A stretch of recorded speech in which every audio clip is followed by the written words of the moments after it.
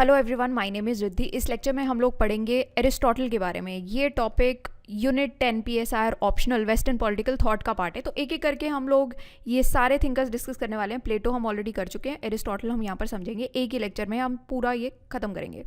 तो एरिस्टोटल पे सबसे पहले हमें देखना है कि इसमें से प्रीवियस ईयर क्वेश्चंस कौन कौन से आए हैं, क्योंकि सिंस ये आपको पता ही होगा अब तो कि UPSC previous year questions repeat करता है।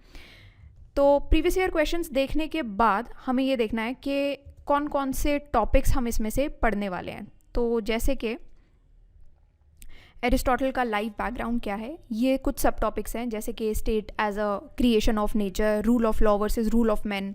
तो ये कुछ वो हॉट टॉपिक्स हैं जिसमें से UPSC ने ऑलरेडी क्वेश्चंस पूछे हैं, इस वजह से हमारे लिए ये डिस्कस करना ज़रूरी है। फिर एरिस्टोटल कंसेप्शन ऑफ इक्वालिटी क्या थी, मास्टर वर्सेस स्टेट्समैन एक काफ़ी इंपॉर्टेंट टॉपिक बनता है। सबसे इंपॉर्टेंट पार्ट यहाँ पर ये पर्टिकुलर पार्ट बनता है, Aristotle's notion of politics and government, जिसमें एरिस्टोटल का व्यू क्या है पॉलिटिक्स को लेकर, डेमोक्रेसी पर क्या इन्फ्लुएंस है, इनइक्वालिटी एंड रेवोल्यूशन एरिस्टोटल का, वो हम पढ़ेंगे। Polity, fusion of oligarchy and democracy, natural slavery क्या है एरिस्टोटल्स के थॉट में। तो ये सारी चीज़ें हम समझना चाह रहे हैं। रेलेवेंस क्या है फिर एंड में एरिस्टोटल की फ़िलॉसफी का आज की डेट में। तो इससे हमारे जितने भी क्वेश्चंस हैं वो सारे क्वेश्चंस हमारे सॉल्व होंगे। कुछ क्वेश्चंस डेफिनेटली पेड पोर्टल पर भी डिस्कस किए गए हैं, बट यहाँ पर इस पर्टिकुलर कोर्स में पिछले 40 से 45 साल के जितने भी प्रीवियस ईयर क्वेश्चंस हैं हमने सारे कवर किए हैं, और जो आपके प्रोबेबल हॉट टॉपिक्स बनते हैं वो सारे बुक्स रेफ़र करके किए हुए हैं। तो अगर आप YouTube पर सिनॉप्सिस IAS विज़िट करो, यहाँ पर आप जाओगे सिनॉप्सिस IAS YouTube चैनल पर, तो दूसरी प्लेलिस्ट आपको यहाँ पर प्लेलिस्ट वाले सेक्शन में दिखेगी, PSIR optional strategy approach and books. यहाँ पर आपको सब कुछ मिलेगा, एक एक टॉपिक का कैसे प्रिपेयर करना है, कैसे आपको आगे जाना है, कौन से टॉपिक्स रिपीट होते हैं। आपको एक चीज़ ध्यान रखनी पड़ेगी, चाहे आप सिनॉप्सिस से तैयारी कर रहे हो या आप कहीं से भी तैयारी कर रहे हो, आपके नोट्स में प्रीवियस ईयर क्वेश्चंस तो होने ही चाहिए। वो चीज़ तो आप मिस कर ही नहीं सकते, क्योंकि अगर आपके नोट्स में प्रीवियस ईयर क्वेश्चंस नहीं है तो फिर उन नोट्स का कोई फ़ायदा नहीं है, उसको फाड़ के फेंक दो। और अगर आप कहीं और से भी तैयारी कर रहे हो और उन लोगों ने प्रीवियस ईयर क्वेश्चंस आपके सारे एटलीस्ट 40 ईयर्स के कवर कराए हैं, तो फिर आप उन्हीं नोट्स पर स्टिक करो, फिर आप इधर उधर मत जाओ, नॉट इवन सिनॉप्सिस। आपको कहीं जाने की नीड नहीं है, अदरवाइज वो कन्फ्यूजन क्रिएट होगा। हमारा मेन एम है अपना एग्जाम क्लियर करना, जिसके लिए प्रीवियस ईयर क्वेश्चंस रिपीट हो रहे हैं, UPSC वहाँ से पूछ रहा है, और वो करना एक काफ़ी चैलेंजिंग टास्क बनता है, पर आपको प्रैक्टिस भी उन्हीं क्वेश्चंस की कर। This is our website synopsisis.com। आप जाओगे, कोर्सेज में जाओगे, ऑप्शनल कोर्सेज में PSIR ऑप्शनल का कोर्स आपको यहाँ पर मिल जाएगा। जो भी डिटेल्स आपको चाहिए अबाउट दिस कोर्स यहाँ से आपको मिल जाएगी, ठीक है। आपको एक और चीज़ यहाँ पर ध्यान रखनी है, जो मेनली IR वाला सेक्शन रहेगा, और दूसरा जो आपका लक्ष्मीकांत वाला, ये जो पेपर 1 सेक्शन B वाला सेक्शन रहेगा, और पेपर 2 सेक्शन B वाला सेक्शन। अगेन ये दो ऐसे सेक्शंस हैं जिसमें से करंट अफेयर्स बहुत ज़्यादा पूछे जाते हैं। इनफैक्ट करंट अफेयर्स आता ही इन्हीं दोनों सेक्शन है, बाकी सारा तो स्टैटिक है। पहले वाले में आप थिंकर्स वगैरह ये सारी चीज़ें पढ़ते हो और वेस्टर्न पॉलिटिकल थॉट पूरा पढ़ जाते हो, उसमें से करंट अफेयर्स का कोई बनता नहीं है एज सच क्वेश्चन। जो बनते हैं वो थिंकर्स के प्रीवियस ईयर क्वेश्चन ज़्यादा रिपीट होकर बनते हैं।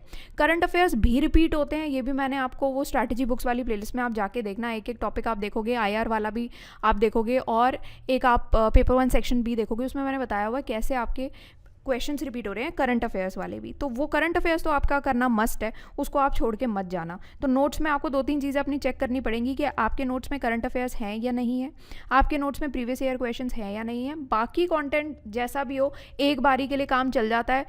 अगर करंट अफेयर्स भी इक्के दुक्के ना मिले तो भी काम चल जाता है, बट अगर प्रीवियस ईयर क्वेश्चंस आपके कवर्ड नहीं है तो फिर उस कंटेंट का कोई मतलब नहीं है, कोई फ़ायदा नहीं है, आप सिर्फ टाइम वेस्ट कर रहे हो वहाँ पर। अब थोड़े से क्वेश्चंस देख लेते हैं पहले तो कौन कौन से आए हैं। जैसे एरिस्टोटल में से 2021 में एक क्वेश्चन पूछा था, Aristotelian view of politics. To what extent do you think it has contributed to the development of modern day constitutional democracies. फिर inequality is the cause of revolution, equality का कंसेप्शन जानना है। Different types of political constitutions क्या हैं।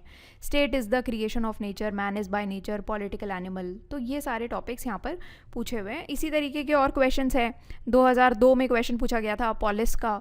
Then constitutional government में oligarchy और democracy का fusion पर क्वेश्चन पूछा गया था। तो इसी तरीके के अलग अलग क्वेश्चंस पूछे जा रहे हैं, पॉलिटी पर, स्लेवरी पर, रूल ऑफ लॉ पर, अथॉरिटी ऑफ द मास्टर पर अगेन, और रेवोल्यूशनरीज पर। तो ये क्वेश्चंस आप पॉज करके भी एक बार देख सकते हो कि किस तरीके के क्वेश्चन यूपीएससी ने पूछे हैं। अब हम थोड़ा सा टॉपिक वाइज डिस्कस करेंगे। यहाँ पर हम कुछ क्वेश्चंस भी डिस्कस करेंगे, जैसे कि state as a creation of nature, and Hindi English दोनों में ये पीडीएफ्स अवेलेबल है।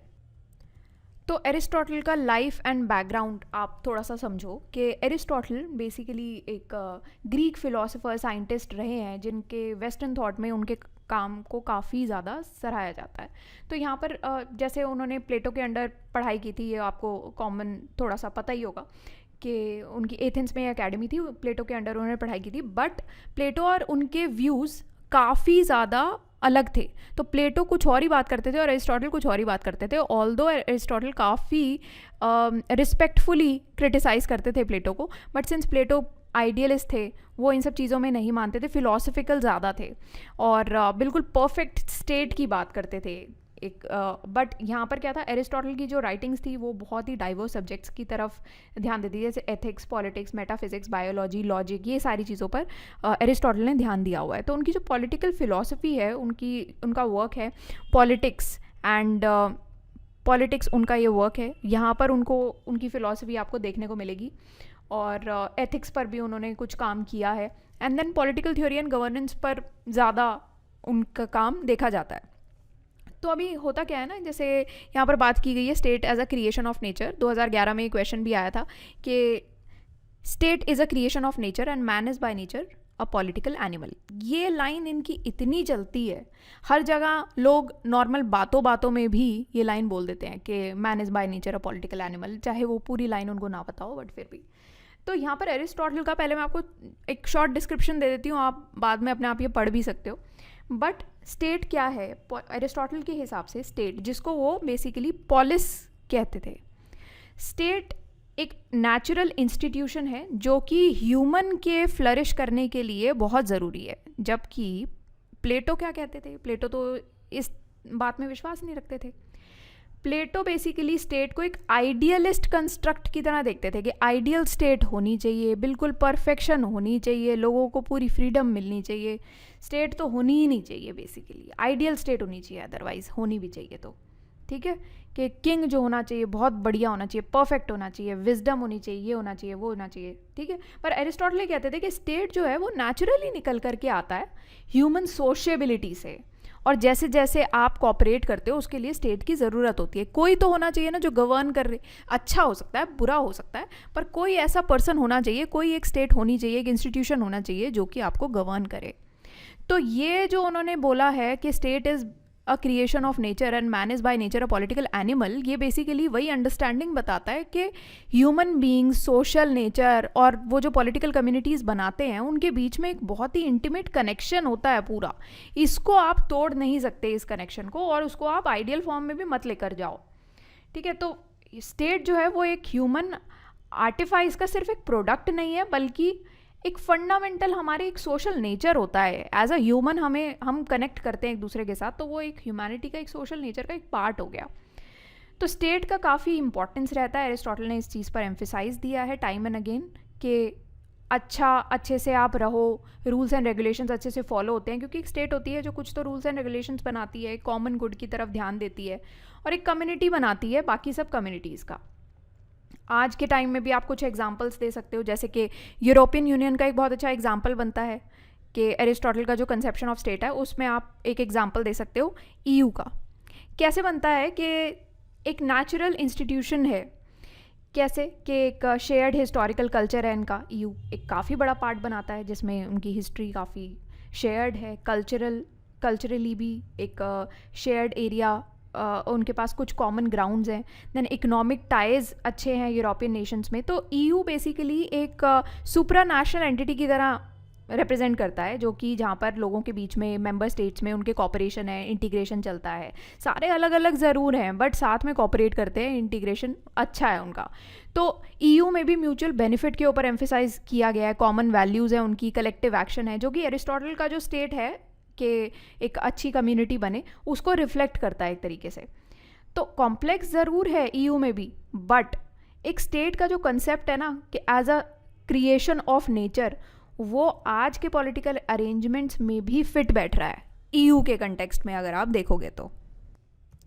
यहाँ पर आप कुछ कंटेम्प्रेरी रेलेवेंस भी इसका मेंशन कर सकते हो कि डिजिटल एज में सोशल बॉन्ड्स किस तरीके से बनते हैं। तो एरिस्टोटल का जो कंसेप्ट है ह्यूमंस का, वो एज अ सोशल बींग्स, वो यहाँ पर फिट बैठ रहा है। Then civic engagement and democracy का आप एग्जांपल यहाँ से देख सकते हो। एथिकल फाउंडेशंस है, ग्लोबल इंटरडिपेंडेंस है, अर्बनाइजेशन, कम्युनिटी, ये सारी चीज़ें आप यहाँ पर एग्जांपल दे सकते हो। कुछ चैलेंजेस आप एक्सप्लेन करके इसको कंक्लूड करोगे। Rule of law versus rule of man, अब इसका मैं आपको थोड़ा सा समझा देती हूँ। अब यहाँ पर 1995 में ये पर्टिकुलर क्वेश्चन पूछा गया था, तो यहाँ पर रूल ऑफ लॉ और रूल ऑफ मैन में डिफरेंस क्या है। रूल ऑफ लॉ और रूल ऑफ मैन को एरिस्टोटल इस तरीके से डिफ्रेंशिएट करते हैं कि एक है नोमोक्रेसी और दूसरा है टिरनी या ओलिगार्की। तो रूल ऑफ लॉ हो गया आपका नोमोक्रेसी एंड रूल ऑफ मैन हो गया आपका टिरनी या फिर ओलिगार्की। तो बेसिकली क्या है, नोमोक्रेसी में क्या होता है कि जो लॉज गवर्न किए जाते हैं या जो भी अप्लाई किए जाते हैं सभी सिटीजन्स पर इक्वली ही अप्लाई किए जाएंगे, मतलब कि जो अधिकार मुझे मिले हैं वही अधिकार आपको भी मिले हैं। तो उससे क्या होता है कि एक स्टेट में जस्टिस आती है, स्टेबिलिटी आती है। बट अब रूल ऑफ मैन अगर आप ले आते हो तो वो तब आता है जब रूलर्स आर्बिट्रेटली गवर्न करते हैं, उनको कोई परवाह नहीं है कि लॉ क्या है क्या नहीं है। बेसिकली आदमी का रूल हो जाएगा ना, इंसान का रूल हो गया। यहाँ पर क्या है, लॉ रूल कर रहा है, ये डिफरेंस है बेसिकली। यहाँ पर रूल ऑफ लॉ में चांसेस कम है कि आपका अंधाधुन कोई भी ऐसे रूल करने लग जाएगा, आपके ऊपर हुक्म चलाएगा, अपनी चीज़ें चलाएगा। रूल ऑफ मैन में तो बहुत ज़्यादा चांसेस है ना, क्योंकि बंदे के पास ही सारी पावर आ गई है। तो ये दोनों डिफरेंस है यहाँ पर एरिस्टोटल ने बताए हुए हैं कि वो रूल ऑफ मैन में तो कोई रिगार्ड नहीं होता उनको लॉ का या सिटीजन्स को क्या चाहिए क्या नहीं चाहिए, वो अपने हिसाब से रूल करते हैं। तो यहाँ पर एरिस्टोटल रूल ऑफ लॉ को ज़्यादा एडवोकेट करते हैं कि अगर जस्टिस लेकर आना है, टिरनी नहीं लानी है तुम्हें, तो तुम्हें रूल ऑफ लॉ की ही ज़रूरत है। तो उससे क्या होता है कि पॉलिटिकल अथॉरिटी की लेजिटिमेसी भी बरकरार रहती है। यही डिफरेंस यहाँ पर बताया हुआ है। तो ये आप यहाँ से पढ़ सकते हैं अपने आप भी कि फाउंडेशन ऑफ जस्टिस होता है बेसिकली कि जो भी लॉज इस्टेब्लिश होते हैं रीज़न पर और अप्लाई करते हैं हर एक सिटीज़न पर इक्वली। आर्बिट्रेरी पावर नहीं होती लोगों के पास, कुछ भी ऐसे नहीं अपने हिसाब से वो अपनी विम्स एंड फैंसीज़ के अकॉर्डिंगली कुछ भी नॉर्म्स बना दे, ऐसा नहीं होगा। इम्पार्शलिटी और इक्वालिटी को भी ये प्रिवेंट करता है। एक जस्ट और ऑर्डरली सोसाइटी ये बनाता है। देन रूल ऑफ मैन में वही सारी प्रॉब्लम्स आती हैं कि टिरनी हो सकती है, एक पावर भी कंसंट्रेट हो जाती है, एक ही बंदे के पास पूरी पावर आ गई है, कोई कंसिस्टेंसी नहीं है, डिसीजंस जो है वो सब लोग अपनी प्रेफरेंस के और बाइसेस के हिसाब से ले सकते हैं। देन कंटेम्प्रेरी रेलेवेंस इसका आप अलग अलग दे सकते हो कि जैसे एरिस्टोटल ने रूल ऑफ लॉ बताया है, वो आज के जो डेमोक्रेटिक प्रिंसिपल्स हैं उनके साथ अलाइन करता है, जो कि अकाउंटेबिलिटी, ट्रांसपेरेंसी एंड पावर्स का सेपरेशन एडवोकेट करते हैं। दूसरा है चेक्स एंड बैलेंसेस, जो कि अगर आपका इस तरीके का सिस्टम रहा तो पावर की अब्यूज़ नहीं होगी, चेक्स एंड बैलेंसेस बने रहेंगे। हर एक पर्सन का इंडिविजुअल राइट होता है, फ्रीडम होती है, जो कि लीगल प्रोटेक्शन से उसको प्रोवाइड किया जाएगा। देन चैलेंजेस आते हैं कुछ ऑटोक्रेसी के। जो रूल ऑफ मैन है वो बेसिकली एक रिमाइंडर होता है कि अगर अथॉरिटी चेक नहीं की तो खतरे की बात है। तो इसी वजह से कुछ इंस्टीट्यूशंस आपके अगर लीगल टर्म्स पे बने हो तो वो आपकी एक जस्ट सोसाइटी बनाने में आपको हेल्प कर जाएंगे। ठीक है, फिर आप कुछ क्रिटिक्स एंड कंसिडरेशंस उसके बात करोगे कि फ्लेक्सिबिलिटी वर्सेस स्टेबिलिटी में, कि रूल ऑफ मैन बेसिकली ये अलाउ करता है कि फ्लेक्सिबिलिटी के लिए, अडेप्टेबिलिटी के लिए क्राइसिस के टाइम्स में, जबकि जो रूल ऑफ लॉ होता है वो इमीडिएट रिस्पॉन्सेस को हिंडर कर सकता है। Erosion of rule of law क्या होता है कि अगर आपके बहुत ज़्यादा पावरफुल एग्जीक्यूटिव्स हो गए या लीडर्स हो गए तो वो रूल ऑफ लॉ को अंडरमाइन कर देते हैं। ठीक है, कुछ लीगल प्रोसेसेस को अपने हिसाब से इन्फ्लुएंस करते हैं, अपने लॉस को इंटरप्रेट करते हैं जैसे जिससे कि उनको खुद को फ़ायदा हो, दूसरे की कोई नहीं सुनता। तो ये कुछ क्रिटिक्स एंड कंसिडरेशंस हैं। रूल ऑफ मैन के भी क्रिटिक्स हो सकते हैं, रूल ऑफ लॉ के भी क्रिटिक्स हो सकते हैं, वो यहाँ पर आपका बताया गया। अब हम समझेंगे एरिस्टोटल का कंसेप्शन ऑफ इक्वालिटी। नेक्स्ट अब बात करते हैं कि एरिस्टोटल का इक्वालिटी का क्या कंसेप्ट था। तो 2015 का ये क्वेश्चन पूछा गया था, एरिस्टोटल्स कंसेप्शन ऑफ इक्वालिटी। बहुत ही डायरेक्ट क्वेश्चन था और ये इतना फेमस कंसेप्ट है कि ये क्वेश्चन आना कोई ऐसा नहीं है कि बहुत ही न्यू क्वेश्चन है। ऐसा है क्या बेसिकली कि एरिस्टोटल का जो कंसेप्शन था इक्वालिटी का, वो बाकियों की इक्वालिटी से थोड़ा सा डिफरेंट था। बाकी लोग क्या कहते हैं कि सभी लोग इक्वल हैं, पर एरिस्टोटल कहते हैं कि बाकी लोग अपने मेरिट के हिसाब से इक्वल हैं। तो अगर एक लेवल पे इनइक्वालिटी आ रही है तो वो बिल्कुल ठीक है इनइक्वालिटी, उसमें कुछ गलत नहीं है। बेसिकली वो कहते हैं कि दो तरीके की इक्वालिटी होती है, एक होती है न्यूमेरिकल इक्वालिटी और दूसरी होती है प्रपोर्शनल इक्वालिटी। ये दो तरीके की इक्वालिटी है। तो यहाँ पर एरिस्टोटल कहते हैं कि जो प्रपोर्शनल इक्वालिटी है वो ज़्यादा बेटर है, बिल्कुल अप्रोप्रिएट है और जस्टिस के हिसाब से भी बिल्कुल ठीक है, क्योंकि न्यूमेरिकल इक्वालिटी क्या करती है, वो सभी इंडिविजुअल्स को इक्वली ट्रीट करती है, उनके मेरिट्स, डीमेरिट्स, कॉन्ट्रीब्यूशंस ये सब कंसिडर किए बिना। वो कहते हैं कि सभी लोग एक ही लेवल पर हैं। जबकि प्रपोर्शनल इक्वालिटी क्या कहती है कि जितने भी रिसोर्सेज हैं और अपॉर्चुनिटीज़ हैं वो लोगों के मेरिट और उनके डेजर्ट के बेसिस पे उनको मिलने चाहिए। बेसिकली जो जितना कंट्रीब्यूट कर रहा है सोसाइटी में, जितना काम कर रहा है उसके हिसाब से। तो न्यूमेरिकल इक्वालिटी में अगर एग्जांपल मैं दूं कि अगर आप कोई बंदा 8 घंटे काम कर रहा है, कोई बंदा 10 घंटे काम कर रहा है, तो दोनों इक्वल होंगे। बट प्रपोर्शनल इक्वालिटी के हिसाब से जो 8 घंटे काम कर रहा है वो थोड़ा सा कम सैलरी मिलेगी उसको, और जो 10 घंटे काम कर रहा है उसको ज़्यादा सैलरी मिलेगी। ठीक है, तो बेसिकली ये हो गया कि ये 10 घंटे वाले का ओवर टाइम चला गया 2 घंटे का। तो ये डिफरेंस है। तो एरिस्टोटल कहते हैं कि प्रोपोर्शनल इक्वालिटी डिस्ट्रीब्यूटिव जस्टिस के प्रिंसिपल के साथ अलाइन करता है, ये इंश्योर करता है कि इंडिविजुअल्स को अपना काम के अनुसार उनका वर्थ और कंट्रीब्यूशन के अनुसार उनको चीज़ मिले। तो इसी वजह से लोग इक्वल होते हुए भी इक्वल नहीं है, ये उनका मतलब था। तो ये प्रोपोर्शनल इक्वालिटी जैसे बताया हुआ है, इक्वालिटी इन जस्टिस के जस्टिस से ही ये लिंक किया गया है। एंड देन करेक्टिव जस्टिस है, जहाँ पर वो कहते हैं कि अनइक्वल ट्रीटमेंट को भी जस्टिसेबल उन्होंने इसी तरीके से बताया है। तो ये बेसिकली एरिस्टोटल की थीम है पूरी की पूरी। जस्टिस एज फेयरनेस में आप यही सब लिखोगे, इक्विटी एंड वर्च्यू का आप थोड़ा सा टॉपिक उठाओगे, एथिकल मीन का उठाओगे, पॉलिटिकल इम्प्लीकेशंस यहाँ पर आप बताओगे कि क्या क्या है, और उसके बाद आप बताओगे कि कैसे सिटीज़न की इक्वालिटी में क्या ज़रूरी है गवर्नेंस के पार्टिसिपेशन में। फॉर एग्जांपल ये कहते हैं कि पॉलिटिकल इक्वालिटी भी अगर आपको देखनी है तो वो भी सिटीजन्स के एक्टिव पार्टिसिपेशन पर ही बेस्ड आपको देखनी चाहिए कि कितना वो पार्टिसिपेट कर रहे हैं स्टेट में। देन पॉलिस का मतलब वही होता है स्टेट। तो सिटीजन्स बेसिकली कॉमन गुड के लिए कितना कंट्रीब्यूट कर रहे हैं अपनी कैपेबिलिटी वर्च्यूज़ के हिसाब से और कम्युनिटी के वेलबींग के हिसाब से। तो यहाँ पर कुछ कंटेम्प्रेरी रिफ्लेक्शंस भी दिए गए हैं, वो आप यहाँ से पढ़ सकते हैं अपने आप। अब यहाँ पर एक क्वेश्चन पूछा गया था authority of the master versus statesman का। 1994 का क्वेश्चन था कि मास्टर की जो अथॉरिटी होती है और जो स्टेट्समैन की अथॉरिटी होती है वो एक दूसरे से अलग होती है। तो यहाँ पर मास्टर से एरिस्टोटल का मतलब है फिलोसोफर और स्टेट्समैन से एरिस्टोटल का मतलब है पॉलिटिशियन। तो मास्टर कौन होता है? जो कि मान लो आपके घर गृहस्थी चलाने वाला पर्सन होता है, जो चाहता है कि भाई नौकर चाकर सब ठीक ढंग से काम करें, कोई गलत काम ना करे, उसके हिसाब से सारी चीज़ें चलती रहे। तो वो होता है एक तरीके से आप उसको मास्टर बोलोगे, जो कि अपने स्लेव्स पर और हाउस होल्ड मैटर्स पर पूरी अथॉरिटी जताता है, एफिशिएंसी, ओबीडियंस वगैरह से काम करवाता है। जबकि स्टेट्समैन कौन होता है? एक ऐसा पॉलिटिशियन जो कि पॉलिटिकल कम्युनिटी को गवर्न करता है, फ्री सिटीजन्स रखता है, कॉमन गुड को एडवोकेट करता है। और किस तरीके से करता है? मास्टर क्या हो गया कि वो तो बिल्कुल ही स्लेव्स के ऊपर अथॉरिटी वगैरह चलाएगा, जबकि पॉलिटिशियन या स्टेट्समैन कौन हो गया? जो परसुएड करेगा, डेलिब्रेशंस करेगा और उस हिसाब से एक जस्ट सोसाइटी क्रिएट करेगा। तो यहाँ पर वही मास्टर का और स्टेट्समैन का रोल यहाँ पर बताया हुआ है कि किस कंटेक्स्ट में ये बोला हुआ है, उसका इंटरप्रिटेशन क्या है। तो मास्टर बेसिकली फिलोसोफर हो गया या ऐसा इंडिविजुअल हो गया जो कि विजडम, ट्रूथ या हायर नॉलेज रखता हो। स्टेट्समैन हो गया एक पॉलिटिकल लीडर जो कि एक कम्युनिटी या स्टेट की गवर्नेंस और एडमिनिस्ट्रेशन के लिए रिस्पॉन्सिबल रहता है। इनकी अपनी अपनी नेचर ऑफ अथॉरिटी होता है, जैसे कि जो एरिस्टोटल कहते हैं कि अथॉरिटी जो है वो मास्टर रखता है, स्टेट्समैन जो है उसका ओरिजिन, पर्पस, एप्लीकेशंस वगैरह काफ़ी अलग हैं। दोनों की डिफरेंशिएटिंग अथॉरिटी है। जैसे कि मास्टर जो कि आप फिलोसोफर कहते हो इसको, इसका इंटेलेक्चुअल प्राउएस होता है, बहुत डीप अंडरस्टैंडिंग होती है, नॉलेज अच्छी खासी होती है, विजडम पर फोकस करते हैं, गाइडेंस पर, और लोगों के अंदर भी सही गलत की पहचान सही हो उस पर फोकस करते हैं ये। जबकि स्टेट्समैन जो कि पॉलिटिशियन होता है वो एक पॉलिटिकल लीडर होता है, अपनी स्टेट को चलाने का सही ढंग से उसका काम ये करता है। तो यहाँ पर प्रैक्टिकल गवर्नेंस, पॉलिसी मेकिंग और सोसाइटी के मैनेजमेंट वगैरह देखना, ये सारे उसके काम रहते हैं।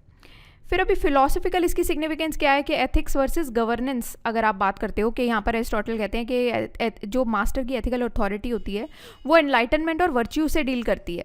ठीक है, जबकि स्टेट्समैन की प्रैग्मेटिक अथॉरिटी होती है जो कि सोसाइटी के ऑर्गेनाइजेशन से डील करती है। दोनों की अलग अलग एक्सपर्टीज़ है, अथॉरिटी की एक्सपर्टीज़ है एक, और यहाँ पर क्या है, अलग अलग पर्पस भी है। जैसे कि एक का पर्पस है जैसे मास्टर का फिलोसफिकल एनलाइटनमेंट का, जबकि स्टेट्समैन का पर्पस क्या है कि गवर्नेंस अच्छे से चले, स्टेट अच्छे से चलनी चाहिए।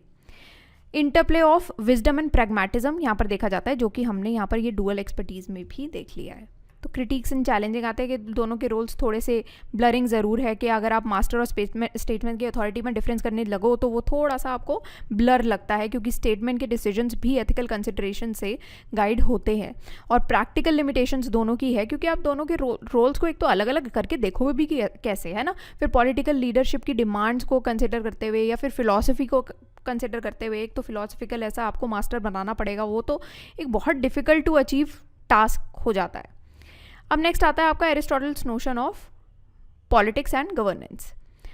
तो यहाँ पर क्या है बेसिकली कि एरिस्टोटल की पॉलिटिक्स को लेकर क्या व्यूज़ थे उसके बारे में हम देखेंगे, और उसमें हम कुछ कुछ लेवल्स में इसको देखेंगे कि डेमोक्रेसी में क्या था, कॉन्स्टिट्यूशनल डेमोक्रेसी का डेवलपमेंट क्या है। जैसे 2021 का काफ़ी रीसेंट क्वेश्चन ये पूछा गया था कि एरिस्टोटेलियन व्यू ऑफ पॉलिटिक्स देना है, और आपको ये कहाँ तक आपको ये लगता है कि मॉडर्न डे कॉन्स्टिट्यूशनल डेमोक्रेसीज़ की डेवलपमेंट में एरिस्टोटल ने कंट्रीब्यूट किया है। अब इसको मैं आपको बिल्कुल सिंपल टर्म्स में सबसे पहले समझा देती हूँ, बाकी आप यहाँ से पढ़ सकते हैं। तो एरिस्टोटल बेसिकली मानते थे कि जो पॉलिटिक्स है, पॉलिटिक जिसको वो कहते थे, वो सबसे हाईएस्ट फॉर्म है ह्यूमन एसोसिएशन की।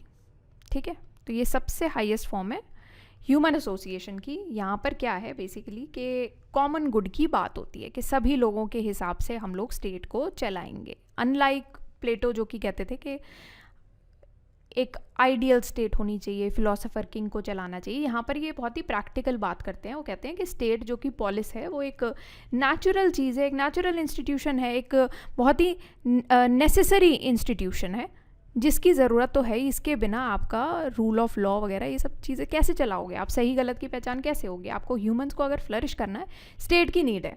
तो एरिस्टोटल अलग अलग तरीके की गवर्नमेंट को आइडेंटिफाई करते हैं। वो कहते हैं कि मोनार्की होती है एक तरीके की गवर्नमेंट, है ना, फिर एक होती है एरिस्टोक्रेसी, दूसरी होती है डेमोक्रेसी। तो ये अलग अलग टाइप्स के गवर्नमेंट होते हैं, हर एक की कुछ स्ट्रेंथ हो सकती है, किसी की वीकनेस हो सकती है, सबकी अपनी अपनी चीज़ें होती हैं। तो यहाँ पर वो जस्टिस, सिटीजनशिप, कॉन्स्टिट्यूशनलिज्म, ये सारे प्रिंसिपल्स को एक्सप्लोर करते हैं, और उसी के आधार पर बेसिकली अपनी जो गवर्नमेंट है उसका स्ट्रक्चर, पर्पस डिफाइन करते हैं।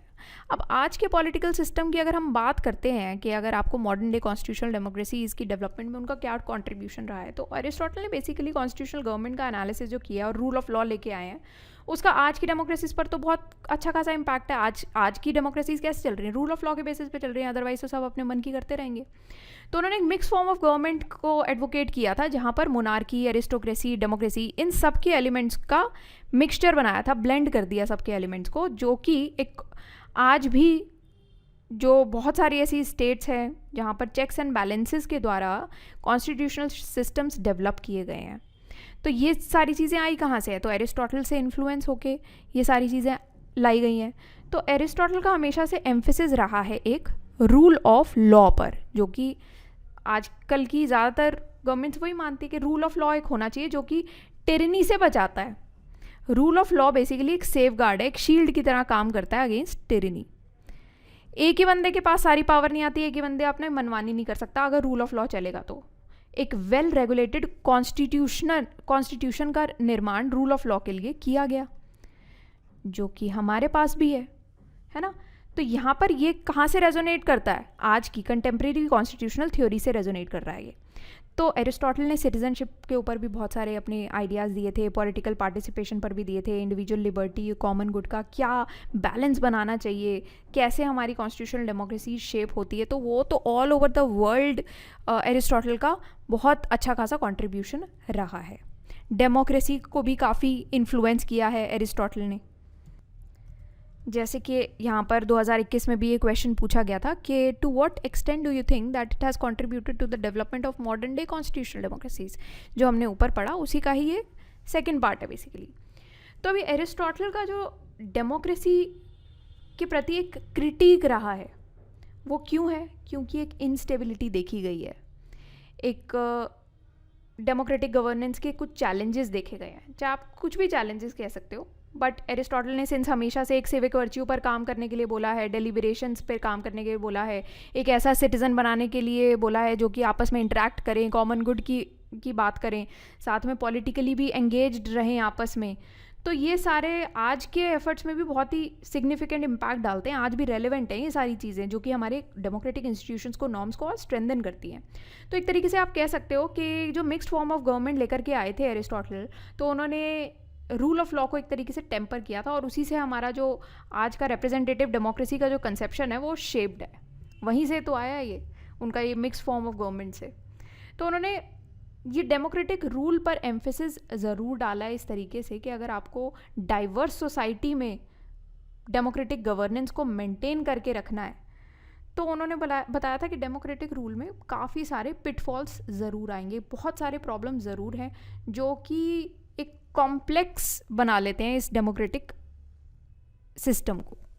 ठीक है, तो यहाँ पर कॉमन गुड पर उन्होंने फोकस करने की बात की है, एक्टिव सिटीजनशिप, सिविक वर्च्यू की बात की है, वही सब चीज़ें जो मैंने आपको बताई हैं वो यहाँ पर बस थोड़ा सा डिटेल में कंटेंट की फॉर्म में लिखी है जो कि आप खुद भी पढ़ सकते हैं। मैं बस आपको एक ओवरव्यू दे रही हूँ ताकि आप जब रिविजन करोगे आपको समझ में आएगा कि मैंने ओवरऑल यही बोला है, ये सिर्फ किताबी भाषा में ये चीज़ अब समझा दी गई है, वो आप पढ़ लेना।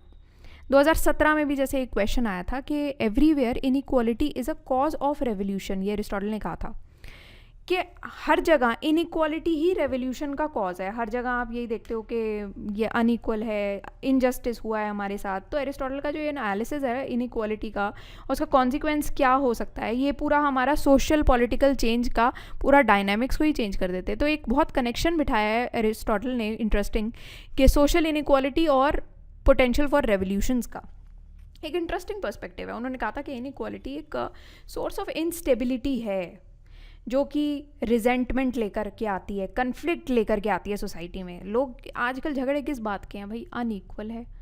अगर घर में भी झगड़े हो रहे हैं भाई भाई में भी, तो किस चीज़ को, अनइक्वल डिस्ट्रीब्यूशन ऑफ प्रॉपर्टी हो गया, आपने किसी को कुछ दे दिया किसी को कुछ दे दिया। तो एरिस्टोटल के कहते हैं कि एक्सट्रीम फॉर्म्स ऑफ इनइक्वालिटी होती है ना, इनसे रेवोल्यूशन का जन्म हो जाता है। जब आप इनइक्वालिटी को बहुत ही एक्सट्रीम फॉर्म में ले जाते हो, वहाँ पर आ जाता है रेवोल्यूशन। यही होता है ना, अभी छोटी मोटी इनइक्वालिटी चलती है तो हम छोड़ते हैं कि चल छोड़ कोई बात नहीं, बट जब बड़े लेवल पे चल जाता है तो वो रेवोल्यूशन हो जाता है। तो यहाँ पर आपको वो डिस्पैरिटीज़ भी एड्रेस करनी पड़ती हैं और सोशली लोग आपस में मिलजुल कर रहें वो भी प्रमोट करना पड़ता है। तो उनकी जो ऑब्जर्वेशंस रही हैं इनइक्वालिटी, जस्टिस, पॉलिटिकल स्टेबिलिटी के रिलेशनशिप को लेकर, वो आज के टाइम के जो एफ़र्ट है उसके लिए बहुत ही अच्छा एक लेसन बनता है, ताकि हम सोशो इकोनॉमिक डिस्पैरिटीज़ को दूर करें। अगर सोसाइटी में कुछ भी इस तरीके की इनइक्वालिटी के चलते कोई भी प्रॉब्लम आ रही है उसको टाइम रहते सुलझा लें ताकि एक रेवोल्यूशन का रूप ना ले ले। ये सारी चीज़ें एरिस्टोटल ने यहाँ पर बताई हुई है। अब एरिस्टोटल की जो पॉलिटी है वो ओलिगार्की और डेमोक्रेसी का फ्यूजन की भी बात करती है, जो कि आगे हमारा एक टॉपिक भी बनता है, ये भी हम देख लेते हैं। तो 1999 में ये क्वेश्चन पूछा गया है कि पॉलिटी और कॉन्स्टिट्यूशनल गवर्नमेंट में be described generally as a fusion of oligarchy and democracy. अब यहाँ पर इस क्वेश्चन के हिसाब से एरिस्टोटल बेसिकली ये कहता है कि एक फ्यूजन होती है पॉलिटी। हर जगह आप जहाँ पर भी देखोगे वहाँ पर आप देखोगे एक तो बहुत ही रिच क्लास होती है और कुछ पुअर क्लास होती है। तो यहाँ पर ये बैलेंस तो हमेशा हमें बनाना पड़ता ही है। तो एरिस्टोटल का जो कंसेप्ट था पॉलिटी का वो भी यही रिप्रेजेंट करता है कि ओलिगार्की और डेमोक्रेसी का एक फ्यूजन है। ओलिगार्की क्या होता है बेसिकली? ओलिगार्की का मतलब होता है जहाँ पर जो पावर होती है वो कुछ इन्फ्लुएंशियल वेल्दी लोगों के पास हो जाती है।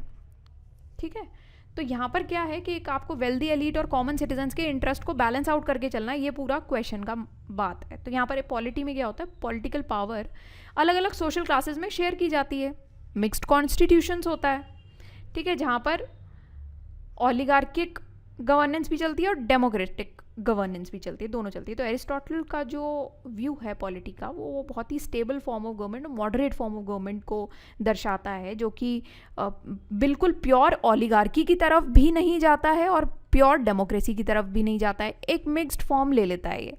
तो इनकी जो पॉलिटी है वो कहती है कि मिडिल क्लास का पार्टिसिपेशन भी बहुत ज़रूरी है, ताकि सोशली लोग आपस में मिलजुल कर रहें, कोऑपरेट करें, सोशल कोहेजन हो बेसिकली, और फैक्शनलिज्म का रिस्क ख़त्म हो जाए, कि मतलब कि टुकड़ों में लोग ना बट जाएं, वो वाला रिस्क ना हो, क्लासेस में कन्फ्लिक्ट ना हो, तो क्लास कन्फ्लिक्ट से लोग बच जाएंगे। तो ये सारी चीज़ों को बात की है। तो एरिस्टोटल ने बेसिकली एक मिस कॉन्स्टिट्यूशन इसी वजह से लेकर के आया है, ताकि वो अलग अलग इंटरेस्ट को इंटीग्रेट कर लें पॉलिटी में, और साथ ही साथ डेमोक्रेटिक गवर्नेंस पर भी जो भी डिबेट्स चलती आ रही हैं वो भी बहुत ही अच्छे से टैकल हो जाए, क्योंकि आप एक बैलेंस बना करके चल रहे हो, पॉलिटिकल रिफॉर्म भी आप साथ साथ लेकर के आ रहे हो। और आज की कंटेम्प्रेरी जो सिस्टम हमारा चल रहा है कंटेम्प्रेरी सोसाइटी के लिए बहुत ज़रूरी है, क्योंकि आप एक्सट्रीम्स नहीं ले सकते हो आज की सोसाइटी में भी, ना आप प्योरली इस फॉर्म में जा सकते हो ना इस फॉर्म में, आपको मिक्स फॉर्म ही लेना पड़ेगा।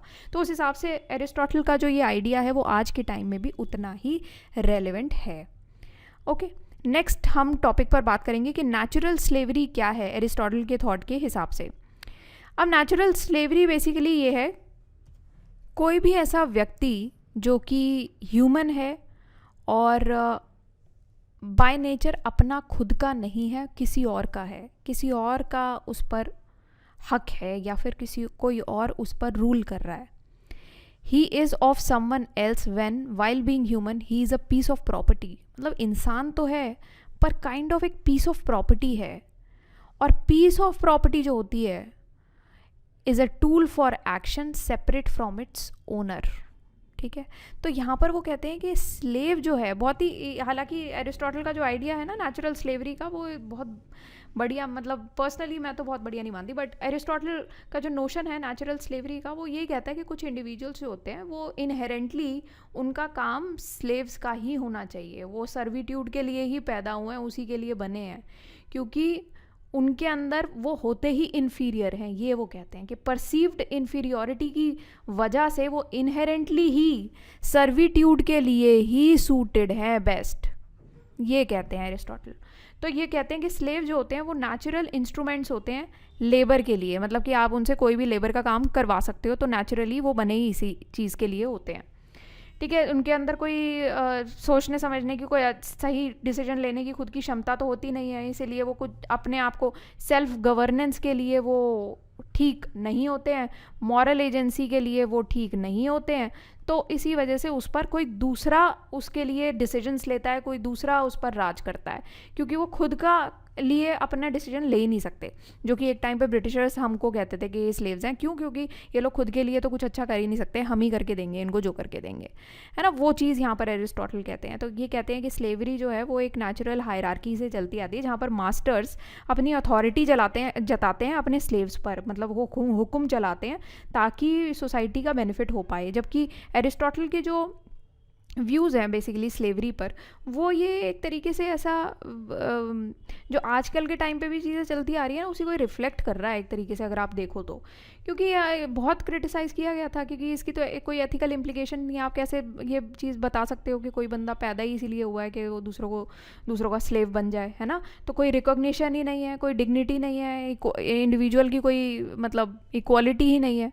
एक बेसिक रिस्पेक्ट, एक डिग्निटी हर इंडिविजुअल की होती है, irrespective of anything. Dignity, basic dignity सब डिजर्व करते हैं। तो आप चाहे, अब क्या है कि बहुत लोगों ने रिजेक्ट भी किया था एरिस्टोटल का ये जो जस्टिफिकेशन उन्होंने दिया है स्लेवरी का, रिजेक्ट किया था, बट उनका जो ये एक्सप्लोरेशन है इस कंसेप्ट का, उसने बहुत सारे क्वेश्चंस खड़े कर दिए थे फ्रीडम पर, इक्वालिटी पर, ह्यूमन राइट्स पर, जो कि आज के टाइम पर भी उतने ही रेलिवेंट है। सोशल जस्टिस के लिए, एथिकल गवर्नेंस के लिए आज के टाइम पर भी उतने ही रेलिवेंट है। तो बहुत ही कंसर्न की बात थी, जो उनके आइडियाज़ थे वो बहुत ही बढ़िया तो नहीं थे, तो कंसर्न की चीज़ है। तो यहाँ पर आप ये चीज़ थोड़ा सा डिटेल में और पढ़ सकते हैं। कुछ थिंकर्स के पर्सपेक्टिव भी यहाँ पर दिए गए हैं, जॉन लॉक के, थॉमस एक्विनास के। तो यहाँ पर ये भी बताया गया है कि थॉमस एक्विनास है, जैसे कि एक मीडिएवल फिलोसोफर रहे हैं, वो एरिस्टोटल से काफ़ी इन्फ्लुएंस रहे हैं। वो कहते हैं कि एरिस्टोटल के जो आइडियाज़ उन्होंने काफ़ी अडॉप्ट किए हैं नेचुरल स्लेवरी के, बट उनको उसने क्रिश्चियन एथिक्स के साथ जोड़ के थोड़ा सा दिखाया है। जबकि जॉन लॉक है वो कि इंडिविजुअल राइट्स और गवर्नमेंट को उन्होंने चैलेंज किया था एरिस्टोटल के व्यूज़ को, तो वो उसकी ज़्यादा बात करते हैं कि हर एक इंडिविजुअल के अपने राइट्स हैं, गवर्नमेंट के ऊपर उनके व्यूज़ काफ़ी स्ट्रॉन्ग रहे हैं। तो लॉक ने नेचुरल राइट्स, इक्वालिटी के ऊपर काफ़ी एम्फेसिस दिया। लॉक का भी हम आगे पढ़ेंगे, थोड़ा सा डिटेल में पढ़ेंगे, इसी यूनिट का ही पार्ट है लॉक भी। तो वो एरिस्टोटल का जो ये नेचुरल स्लेवरी का कंसेप्ट है उससे बहुत ही कंट्रास्ट जाते हैं, वो बहुत सारे लोग जाएंगे, इसमें कोई भी ऐसी बात नहीं है। कंटेम्प्रेरी रेलेवेंस में आप civil rights movement, disability rights movement वगैरह ये सारी चीज़ें लिख सकते हो, क्योंकि ये सारी चीज़ें इसी में ही आती हैं कि डिसेबिलिटी राइट्स एक्टिविज़म में आप लिखो कि आज के टाइम में भी इंक्लूसिविटी की, इंडिविजुअल्स के राइट की बहुत ऐसी डिस्कशंस चलती हैं कि यहाँ पर आपको लिमिटेशंस बताई जाती हैं कॉग्निटिव एबिलिटी यूज़ करने की।